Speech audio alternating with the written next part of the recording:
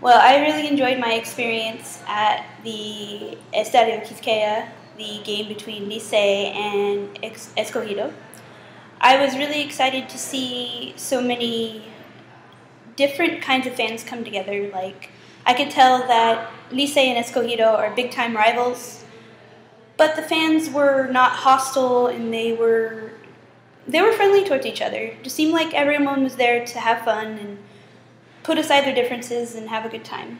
And I think that fans in the States could use that point of view a lot, especially with some of the problems with fan violence we've had in the past year at baseball games. For fans in the Dominican Republic, I think just continue going to games and having a good time and supporting your teams. The more baseball becomes successful here, the more elite players can come back for winter. I noticed for the first time in a long time there have been some really good prospects coming down here, like Starling Marte and Jerry Sands and Brandon Belt, whom all three I saw in the game on Sunday night. And I was especially excited to see Brandon Belt because I've been covering him since he was drafted a couple years ago. I bought a Licey cap, which was kind of a problematic purchase for me because Licey is blue, Dodger blue, and I'm a Giants fan, so you can't wear anything blue with your Giant stuff.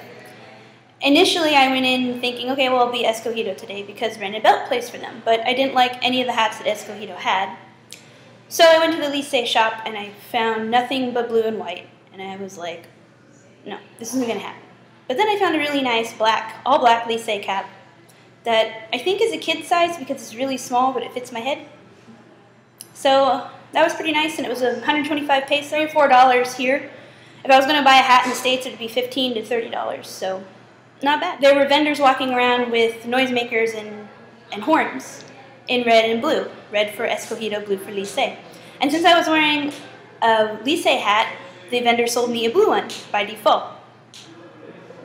Which is okay because I can take it home and use it at San Jose State football games because we're blue and gold. But I thought it was funny that your color preference was automatically determined by your team.